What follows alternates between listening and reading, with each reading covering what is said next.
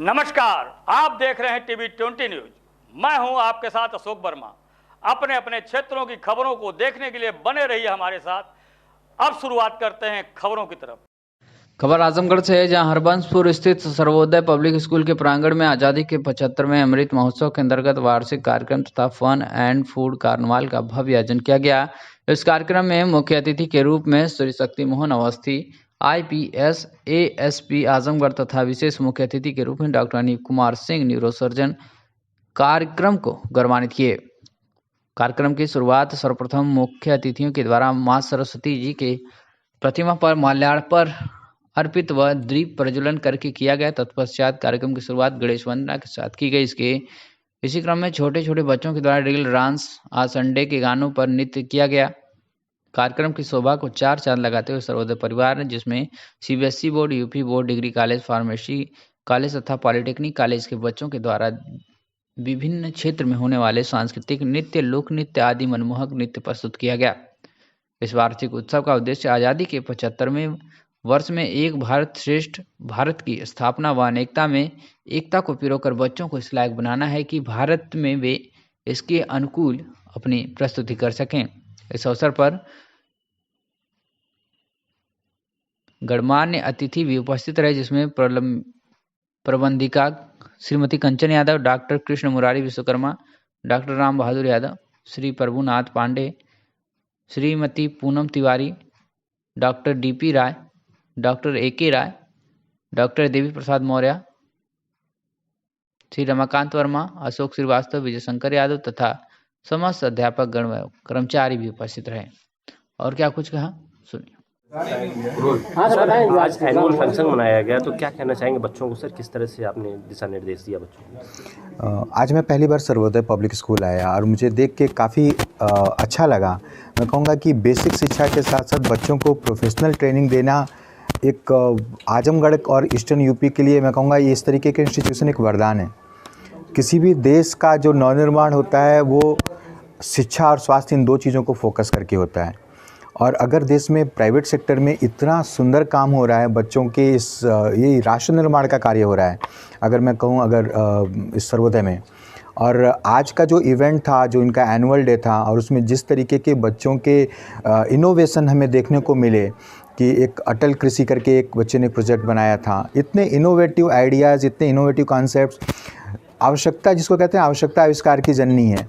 तो चीज़ें आज की तारीख में एक बहुत ही, जबकि महंगाई एक पार्ट हो चुकी है रोज़मर्रा का, और उसमें अगर बेसिक चीज़ों से अगर हम एडवांस चीज़ों की कल्पना कर ले जाते हैं, अपनी रूटीन नीड्स को पूरा करते हैं, और इस तरीके के विचार अगर इंटरमीडिएट इंजीनियरिंग और फार्मेसी के लड़कों में इस तरीके की चीज़ें आ रही हैं, इनोवेशन आ रहे हैं, तो ये एक बहुत सुंदर बात है। और इसके लिए मैं कहूँगा कि जो यहाँ के टीचर्स हैं और जो यहाँ का मैनेजमेंट है, मैं उन सभी लोगों को मैं धन्यवाद दूंगा कि एक ये वो पढ़ा नहीं रहे हैं, बल्कि एक नए राष्ट्र के निर्माण की अवधारणा रख रहे हैं। उन सभी लोगों को मैं आपके चैनल के माध्यम से नमस्कार भी कहूँगा, और आज के इस प्रोग्राम में बच्चों को बधाई दूंगा और उनसे मैं कहूँगा कि वो खूब एंजॉय करें। Thank you. इस तरह से प्रधानमंत्री की नई शिक्षा नीति आई है बच्चों के डेली करिकुलम में विकास करने के लिए, तो किस तरह से आप इसको आगे ले जा रहे हैं और क्या कार्यक्रम है?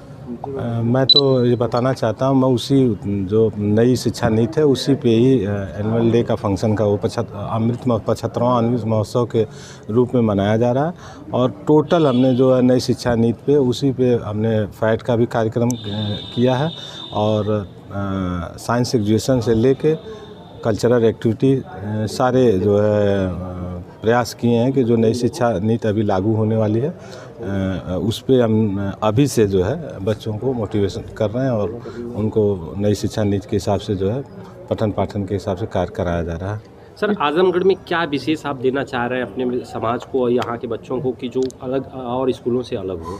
देखिए, हमारा उद्देश्य पहले से था, मैंने 2004 में विद्यालय स्थापित किया, और मेरा विद्यालय का शायद आप लोगों को पता भी होगा कि मैं शिक्षा को शिक्षा के रूप में देना चाहता हूँ। मेरे विद्यालय में करीब 150 से लेकर 200 बच्चे जो है जिनके माँ बाप नहीं हैं उनको मैं फ्री में पढ़ाता हूँ। जिनके माँ बाप, जिनके पिता नहीं हैं, उनके गार्जियन से कोई उनके पेरेंट्स पढ़ाना चाहते हैं, उसमें भी डिस्काउंट करता हूँ।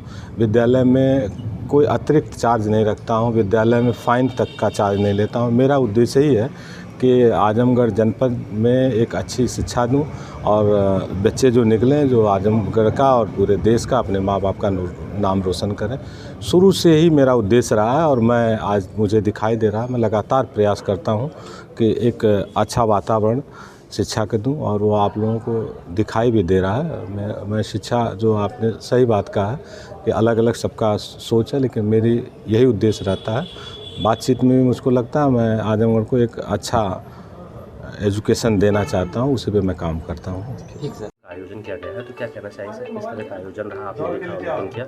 आज सर्वोदय पब्लिक स्कूल में एनुअल डे का फंक्शन था जिसमें मैं मुख्य अतिथि था। इस इवेंट में स्पोर्ट्स गेम्स के साथ साथ स्टॉल्स लगे थे। स्टॉल्स साइंस से रिलेटेड भी थे, अलग अलग एग्जीबिशंस भी थे और उसके अलावा जो फेट होते हैं उनके स्टॉल्स भी थे और काफ़ी बड़ा आयोजन यहाँ पे हुआ जिसका मैं यहाँ पे चीफ गेस्ट था। बच्चों को क्या कहना चाहेंगे सर? बच्चों को मैं ये कहना चाहूँगा कि एनुअल डे जो होता है वो साल का सबसे पसंदीदा दिन होता है सबका, तो इस दिन को एंजॉय करें।